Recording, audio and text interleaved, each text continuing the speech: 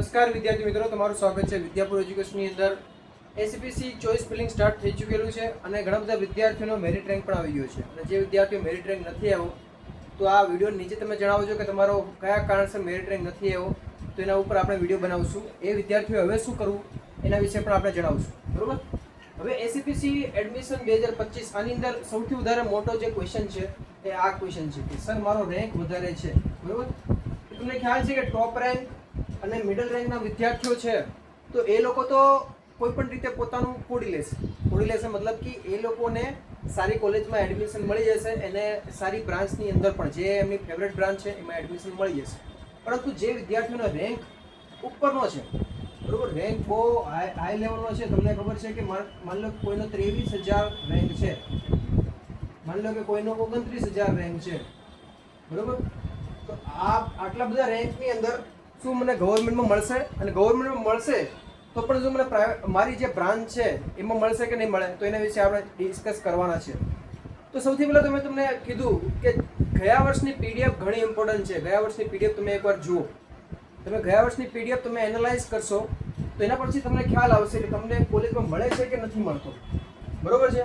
એ એટલા માટે એનાલાઇઝ કરવું જરૂરી છે કે તમારો જે રેન્ક છે એ રેન્કના હિસાબે ગયા વર્ષે અને આ વર્ષે બહુ વધારે ડિફરન્સ નથી. હવે આ જે ગયા વર્ષનું જે પીડીએફ છે એ વેકેન્ટ રાઉન્ડનું છે. જો પહેલાં આવે છે મોક રાઉન્ડ આવે છે, પછી ફર્સ્ટ રાઉન્ડ, સેકન્ડ અને પછી આવે છે લાસ્ટમાં વેકેન્ટ રાઉન્ડ. તો વેકેન્ટ રાઉન્ડમાં જેટલા અટકેલું હતું એની પીડીએફ છે, બરોબર. તો એમાં જેટલા પર્સન્ટેજ દેખાશે એના કરતાં તમારે વધારે માનીને ચાલવાનું. માની લો કે કોઈ પણ કોલેજની અંદર 11,200 અટકેલું છે, બરોબર. હવે તમારો છે ને રેન્ક જેમ કે 10,500 હશે, બરોબર, તો આ કોલેજમાં લાગવાના ચાન્સીસ છે, બરોબર. તમારો 11,000 જેટલો રેન્ક હશે તો એમાં તમારે નહીં જોવાનું, કેમ કે એ જે વેકેન્ટ રાઉન્ડ પ્રમાણે છે. પહેલા રાઉન્ડની અંદર વિદ્યાર્થીઓને કોલેજમાં નંબર ના લાગે તો પણ ગભરાવાની જરૂર નથી. અત્યારે મોક રાઉન્ડ ચાલે છે. મોક રાઉન્ડ એ ટ્રાયલ રાઉન્ડ છે, એનાથી પણ તમને ખબર પડશે કે ફર્સ્ટ રાઉન્ડ તમારો નંબર લાગશે કે નહીં, બરોબર.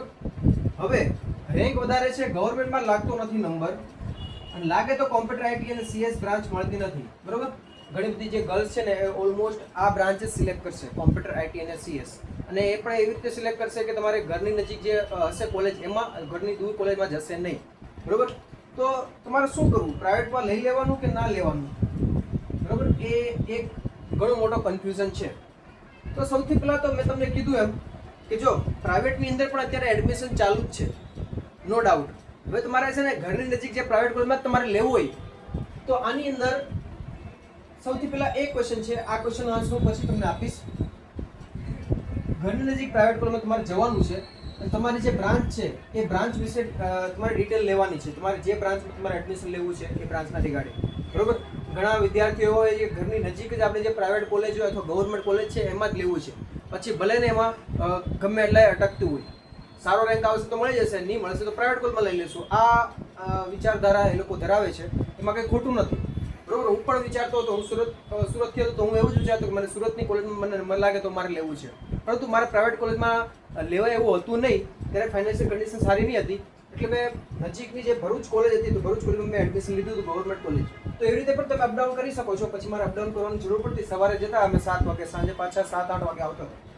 તો એવી રીતે અપડાઉન કરતા હતા. 2-3 મહિના અમે પીજીમાં રોકાયા, પણ પીજીની અંદર બીમાર પડી ગયા હતા, એટલે પછી અમે મતલબ કે અપડાઉન કરવા મળ્યા ટ્રેનથી, બરોબર.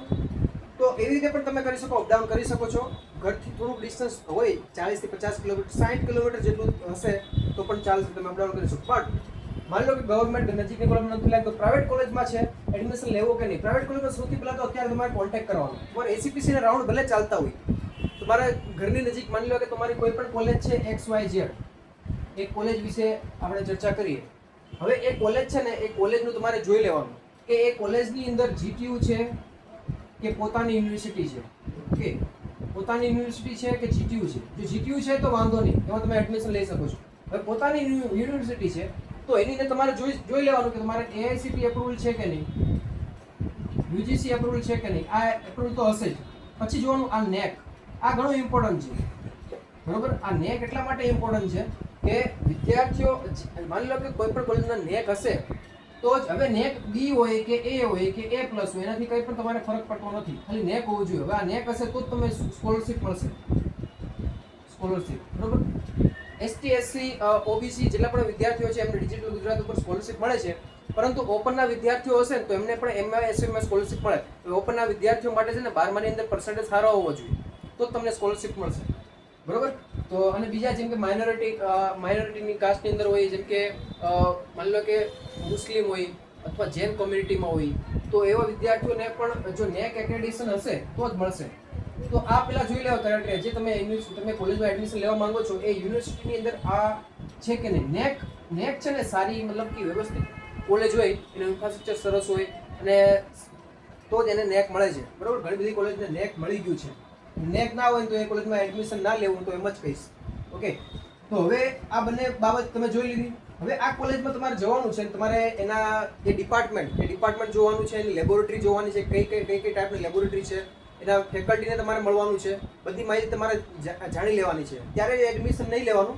પછી તમારે આમાં પૂછવાનું કે એમાં જે બ્રાન્ચમાં તમારે એડમિશન લેવું છે એમાં ડિસ્કાઉન્ટ કેટલા પર્સન્ટેજ છે. કોઈમાં છે ને અત્યારે ડિસ્કાઉન્ટ ચાલે છે, પ્રાઇવેટ કોલેજમાં અત્યારે ડિસ્કાઉન્ટ ચાલે છે. એસીપીસીના રાઉન્ડમાં જે ભાગ લે છે ને એ વિદ્યાર્થીઓ સિવાય જો જલ્દીથી જે એડમિશન લે છે એમાં 10% કે 20% કે મતલબ કે 25% અત્યારે એડમિશન ચાલે છે. પહેલા સેમેસ્ટરની ફીસ ઉપર. પહેલા સેમેસ્ટરની ફીસ માની લો કે 30,000 કે 40,000 કે 50,000 જેટલી પણ હશે, એના ઉપર માની લો કે 40,000 ફીસ છે પહેલા સેમેસ્ટરની, આખા વર્ષની 80,000 છે. તો 40,000 ઉપર 10% ફીસ એટલે 4,000 રૂપિયા ડિસ્કાઉન્ટ અત્યારે આપે છે. બરોબર. તો આ ડિસ્કાઉન્ટ હવે માની લો કે તમારા ઘરની નજીક જ તમારે પ્રાઇવેટ કોલેજમાં તમારે એડમિશન લેવું છે. બરોબર. તો એસીપીસી ની અંદર નંબર લાગે કે નહીં લાગે, તમે એમાં ડાયરેક્ટ જઈને પણ તમે એડમિશન તમે લઈ શકો છો. અને અત્યારે જો એ કોલેજમાં ડિસ્કાઉન્ટ ચાલતું હશે તો તમે ડિસ્કાઉન્ટ પણ તમે મેળવી શકો છો. પછી આ ડિસ્કાઉન્ટ નહીં મળે. એસીપીસીની જે પ્રોસેસ પતી જશે, પહેલા રાઉન્ડમાં બીજા રાઉન્ડમાં લાગશે. પહેલા રાઉન્ડમાં માની લો કે આ જ કોલેજમાં લાગ્યું છે, બરોબર. પછી તમે એસીપીસી થ્રુ જશો તો તમને ડિસ્કાઉન્ટ મળવા પાત્ર નથી. આ ડિસ્કાઉન્ટની પણ લાસ્ટ ડેટ હોય, જેમ કે અત્યારે જૂનની ડેટ ચાલી રહી છે, 5 જૂન આજ તારીખ છે. ઓકે. તો માની લો કે એ લોકોએ ગોઠવેલું કે 10 જૂન કે 15 જૂન સુધીમાં અમે આપશું. બરોબર. નજીકની કોલેજમાં તમારે એડમિશન લેવું હોય, હવે નજીકની ગવર્મેન્ટ કોલેજ પણ એકવાર વિઝિટ કરી લેજો. માની લો કે નજીકની ગવર્મેન્ટ કોલેજમાં તમે એડમિશન લઈ લીધું, પછી તમે જાઓ ત્યાં તમને એવું ઇન્ફ્રાસ્ટ્રક્ચર સરસ ના મળે, ત્યાં લેબોરેટરી સરસ ના હોય, ત્યાં નેક તો હશે જ, જીટીયુના અંડરમાં છે એટલે નેક તો છે જ જીટીયુની અંદર, પરંતુ કોઈ સુવિધા ના હોય. હોસ્ટેલનો નજીકનીમાં તો કંઈ તમને એપ્લાય પણ નહીં કરવા દેશે. પરંતુ જો દૂરની કોલેજમાં તમે જાઓ ગવર્મેન્ટમાં તો આ બધી સુવિધા એકવાર જોઈ લેજો. હોસ્ટેલની સુવિધા છે, લેબોરેટરી છે, ઇન્ફ્રાસ્ટ્રક્ચર કેવું છે, આ આજુબાજુ નજીકનું એટમોસ્ફિયર કેવું છે, એ તમારે જોવું ઘણું અનિવાર્ય છે. બરોબર. તો રેન્ક વધારે છે, જેણે દૂરની કોલેજમાં નથી જવું તો નજીકની પ્રાઇવેટ કોલેજની એકવાર વિઝિટ કરી લેજો અને આ બધી ડિટેલ એકવાર જોઈ લેજો. બરોબર. આ એની પાસે છે કે નહીં, વેબસાઇટ ઉપર તમારે ચેક કરવાનું. અને ત્યાં જઈને ફેકલ્ટીને પણ તમે કોઈ જે એડમિશન કમિટી હોય તો એડમિશન કમિટીના મેમ્બરને પણ તમે પૂછી શકો છો. એ એમ કહેશે કે માનો કે એઆઈસીટી એપ્રુવ છે, યુજીસી એપ્રુવ છે, બરોબર, નેક એપ્રુવ છે, નથી. જો મળી ગયું હોય તો એ કે ના અમારે નેક એપ્રુવ છે, બરોબર. તો એના પોસ્ટરમાં લખેલું હશે નેક એપ્રુવડ A+ અથવા B કે જે પણ, એનાથી મતલબ નથી, નેક હોવું જોઈએ. તો તમને આગળ જતા તમને છે ને સ્કોલરશિપ મળવા પાત્ર રહેશે જો તમે એલિજિબલ હશો તો. અને આની અંદર જો જેમ કે તમે એસસી ને એસટી કેટેગરીમાં આવતા હોય તો તમારે ગભરાવાની જરૂર જ નથી. જો નેક એપ્રુવ હોય તો પ્રાઇવેટ કોલેજમાં તમે એડમિશન લઈ લો, તમને ડિજિટલ ગુજરાત તરફથી સ્કોલરશિપ મળવા પાત્ર છે. બરોબર. તમને સ્કોલરશિપ મળી જશે. અને જેના સારા રેન્ક આવતા હોય 12માની અંદર અને એ વિદ્યાર્થીઓ માની લો કે કોલેજની નજીક એડમિશન લેતા હોય, આની અંદર રેન્ક સારો છે ને, રેન્ક સારો હોય ને કોલેજની નજીક, ઘરની નજીક તમે કોલેજમાં એડમિશન લેવા માંગતા હોય તો તમારે TWSમાં ફોર્મ ભરવાનું. હવે TWS જેણે સિલેક્ટ કરેલું નહીં હોય તો વાંધો નહીં, તમે એડમિશન લઈ શકો છો. તમને MYSYની તો સ્કોલરશિપ મળી જશે. હવે આ બધી સ્કોલરશિપની માહિતી છે ને આપણા યુટ્યુબ ચેનલ ઉપર આવશે જ, એટલે ગભરાવાની જરૂર નથી. તો જે વિદ્યાર્થીઓનો રેન્ક વધારે છે એ વિદ્યાર્થીઓ માટે આ વિડીયો થયો. બરોબર. એટલે હવે આમાં કોમ્પ્યુટર આઈટી અને CS ની બ્રાન્ચની વાત કરે છે એટલે અમને ગવર્મેન્ટમાં ના પણ મળે રેન્ક વધારે હોય તો, પરંતુ એવું જરૂર નથી કે આ બ્રાન્ચની અંદર જ ફ્યુચરમાં સ્કોપ છે. સ્કોપ કઈ બ્રાન્ચમાં, સારી બ્રાન્ચમાં છે એના રિગાર્ડિંગ આપણે વિડીયો બનાવેલો જ છે. બેસ્ટ બ્રાન્ચ ઇન એન્જિનિયરિંગ, એના રિગાર્ડિંગ આપણે વિડીયો બનાવેલો, એકવાર જોઈ લેજો.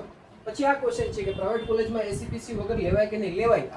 આ વિડીયો મેં એના માટે જ બનાવ્યો છે કે એસીપીસી વગર પણ તમે એડમિશન લઈ શકો છો, તમને ડિસ્કાઉન્ટ મળવા પાત્ર પણ છે. હવે તમારે એસીપીસી થ્રુ તમે જાઓ કે તમે ડાયરેક્ટ જાઓ, તમારે જે કોલેજમાં તમારે નક્કી લેવું જ છે. હવે તમે એમ વિચારો કે મારા ઘરની નજીક આ કોલેજ છે તો હું એસીપીસીમાં એ કોલેજ જ ઉપર રાખીશ. હવે તમારે એસીપીસીમાં એ કોલેજ ગવર્મેન્ટમાં જ ગવર્મેન્ટમાં એસસીપીસી વગર નહીં લેવાય અત્યારે, એ વેકન્ટ રાઉન્ડમાં જ લેવાશે. ગવર્મેન્ટમાં એસસીપીસી વગર નહીં લેવાય. પ્રાઇવેટમાં તમે એસસીપીસી વગર લઈ શકો છો. ખ્યાલ આવ્યો? હવે પ્રાઇવેટમાં પણ એસસીપીસી વગર લો તો એનું કટ ઓફ લાસ્ટનું જોવાનું. લાસ્ટ જો સીટ ફૂલ થઈ ગઈ હોય, એ ડિમાન્ડ વધારે હોય, બરોબર, તો તમારે એસસીપીસી થ્રુ જવું પડે. અને માની લો કે એની સીટ ઘણી બધી વધારે છે, તો એકવાર ત્યાં વિઝિટ કરો. ત્યાં છે ને વેકેન્ટ કોટામાં તમે લઈ શકો છો, વીક્યુ કહેવાય છે એને, બરોબર છે. તો એમાં તમે લઈ શકો છો, તમને ડિસ્કાઉન્ટ એમાં હશે. ડિસ્કાઉન્ટ પણ આજકાલ કેવું છે કે આવી બ્રાન્ચમાં એ લોકો ડિસ્કાઉન્ટ નથી આપતા. કોઈ બ્રાન્ચમાં ડિસ્કાઉન્ટ હશે, કોઈ બ્રાન્ચમાં ડિસ્કાઉન્ટ નહીં હોય, બરોબર છે.